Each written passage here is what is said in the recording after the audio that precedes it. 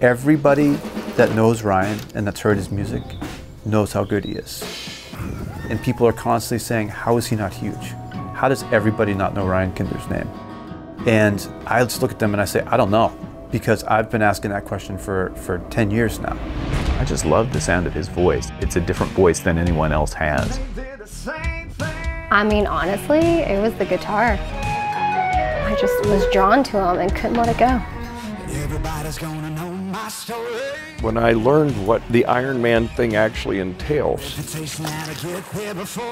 that's another level of insanity to me. Ironman is a 2.4 mile swim, 112 mile bike, and a 26.2 mile run. He's gifted. You can't figure that out. That's coming from someplace else.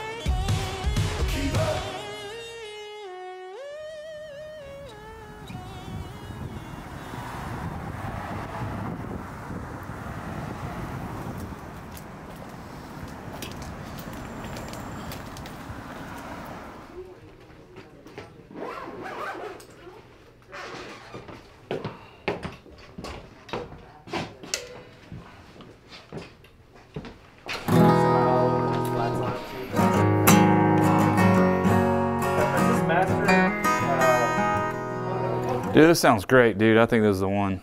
I think so for family tree, man. My first impression of Ryan was that not only was he really talented, but he had some of that it quality.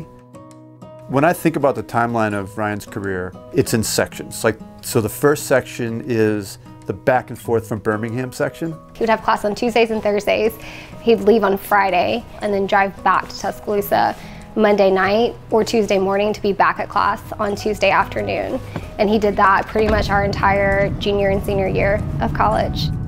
I actually went with him. It was December 2009, and he went up there to meet Keith Stegall, who ended up being his first record deal. I was immediately taken by his talent, his voice. I could see what was there, so I just said, hey, I can't promise you anything yet, but if you want to come up here, I'll plug you in with people and let you start the process of learning how to become a writer. That was the beginning point. Then he hooked up with Luke Sheets. It's good to be here. We're in Montreal. Damn right. We're not in Nashville. When I first met Ryan, it was 2010, I believe. One of the people at Bigger Picture Group asked about writing with this kid from Birmingham. When he hooked up with Luke, I noticed something was starting to happen.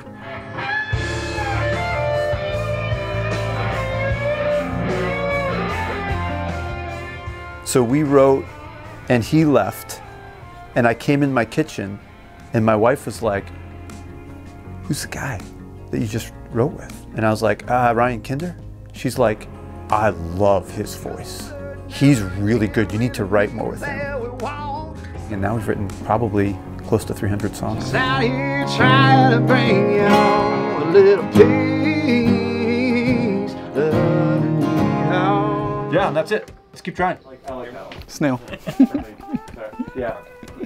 I feel like that Turkey. feels more the one going out. Go ahead. Oh, I'll hold it for y'all. Oh, thank you. Very nice.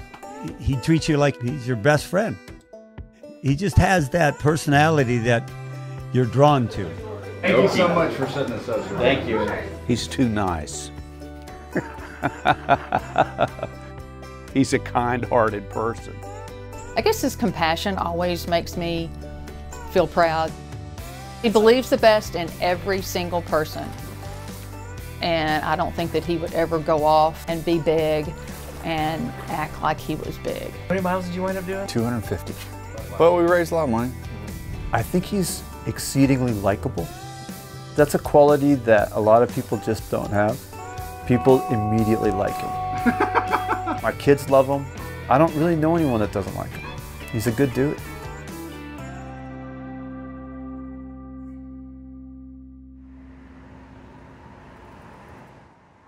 Signing an artist almost all the time starts with my A&R department. They get probably 2,500 submissions a year, and then they're brave enough to bring about 40 of them into my office to audition, and we sign 2 or 3 a year.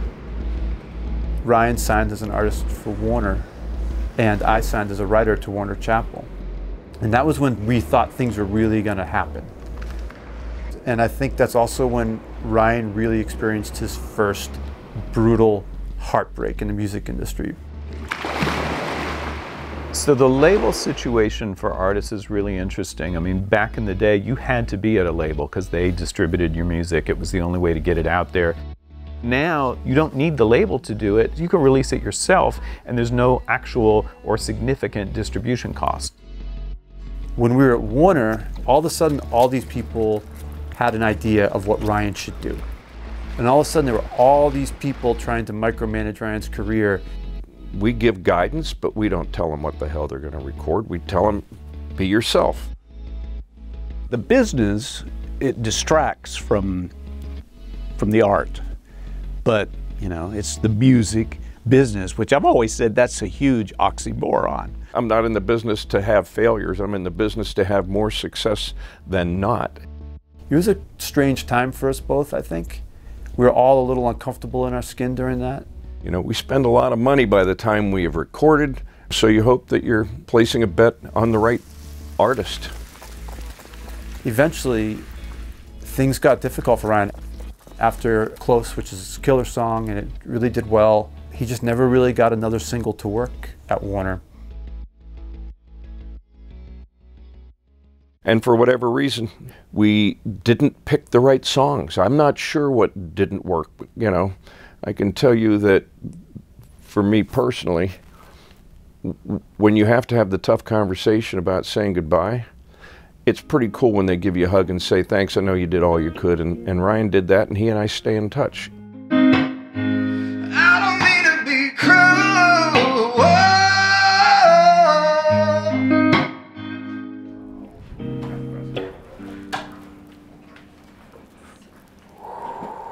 So what happened?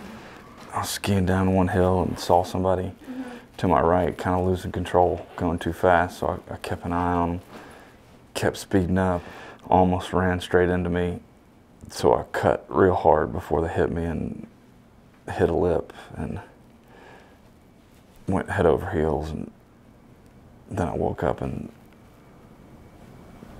that's about all I remember. That's all you remember? So you were unconscious for a little bit? Yes.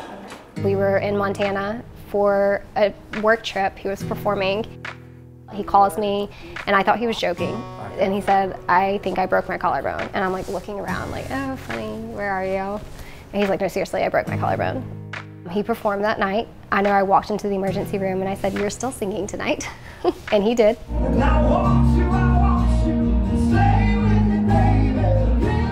probably the highest notes he's hit in a long time because he was in so much pain, but of course he did a great job.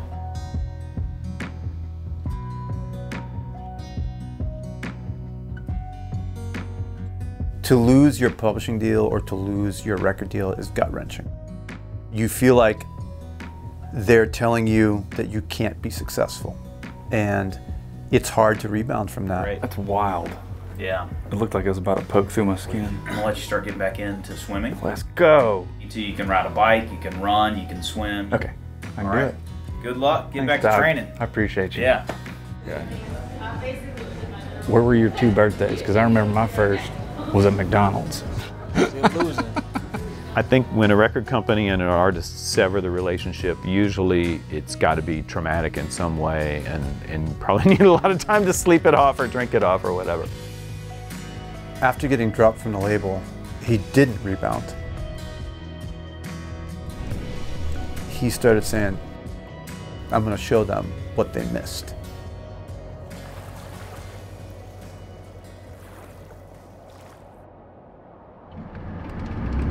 I am most nervous about bonking on the run because of my lack of training due to the collarbone injury. When I first started working with Ryan, he was like the skinny guy. And then I just feel like over time, like we were just noticing, I was like, how did Ryan get jacked? Kind of after Warner, he started being like, I'm gonna do a triathlon. And I think we were all like, what?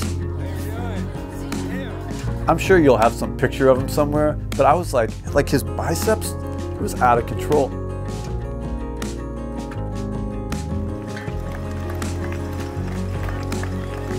And I feel like at a time when everything was out of control in his life, with Warner and all this other stuff and his career, he wanted something he could control.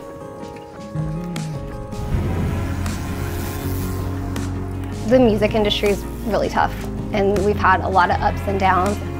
It's really hard to get to see success in the music industry. Like, what is success? How do you define success? But being able to do an Ironman and set a goal and cross the finish line and check it off your to-do list is huge. Most artists, they do a tour, barely the kind of thing they can handle just to meet the requirements of the tour. But Kinder thinks, hey, why don't I throw training for an Ironman on there? That'd be fun. It's an amazing amount of discipline that I think spills over into what he does as an artist.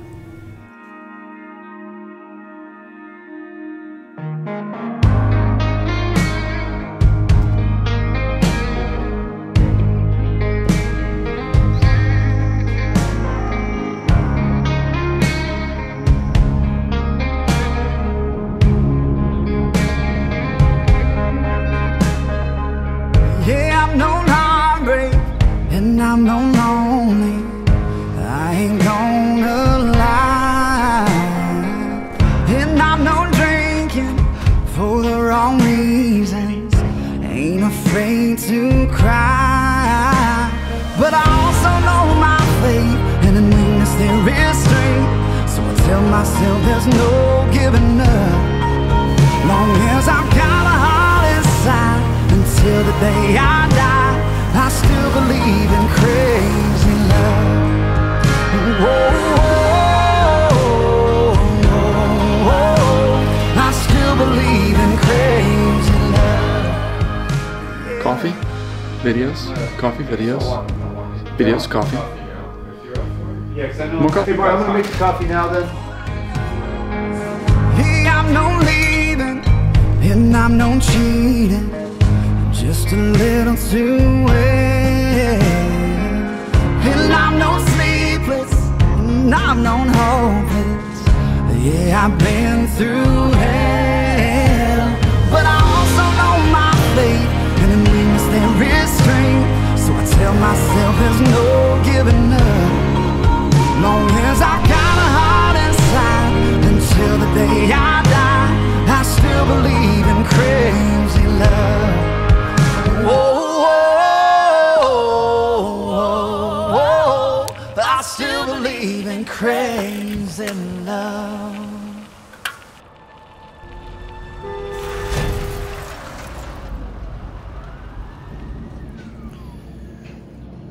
On a training ride, getting ready for Kona, and a car hit me. In July, it was actually July 13th, my phone rings and he says, I got hit by a car. I need you to come here. Hello. And when I pulled up, Ryan was still laying in the grass, perfectly still with his helmet on. I think there was 2 fire trucks, 3 police cars, and an ambulance. He had a concussion for sure, and he knew in the moment when he saw it coming to flip to the opposite side of the broken collarbone, or he might have accidentally broken that again. That time his whole right side of his body was torn up with road rash everywhere, which then delayed the training again. There's Heather, always in the hospital with me. It could have been way worse. You know, it could have been, we may not be sitting here today. Kona, I'm still coming.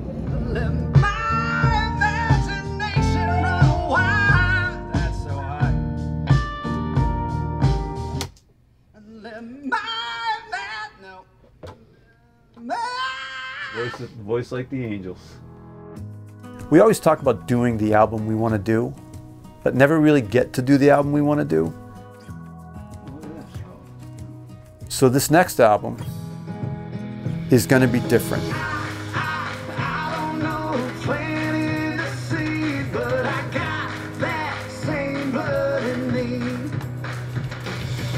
He's playing things the way he would play them, and he's playing them for himself more than he's playing them for somebody in the industry.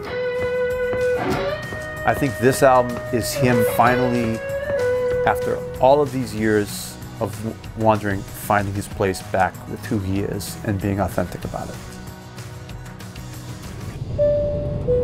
Aloha and welcome to Hawaii.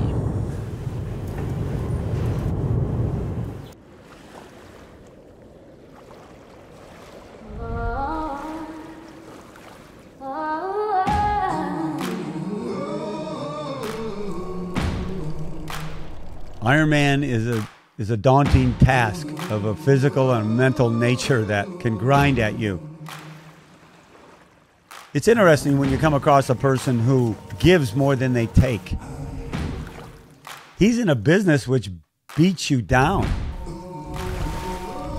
And yet he keeps his same positive outlook. He keeps moving and pushing forward. The fact of what he's been through in this town, the way that town can slap you around and still stay a kind person, takes a lot of effort. You don't ever wish for your child to have to struggle like that, but he's always come out a better person because of the things that have happened to him. I'm impressed and happy for him. And I also am happy that he's recording new music because he's a voice that deserves to be heard. I am so glad that Ryan's mom and I could be here this weekend. It was so amazing to see him cross that finish line.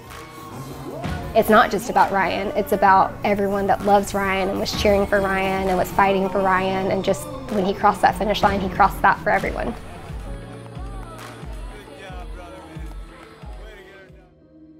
At the end of the day, Ryan sincerely cares about my success, and I definitely sincerely care about his success, whether I'm in it or not. Ryan really is an all-around better person when he's training for an Ironman. He really is, you know, my biggest motivation. When the red light turns green and I'm cut loose, walking free, when they open the door and I'm released.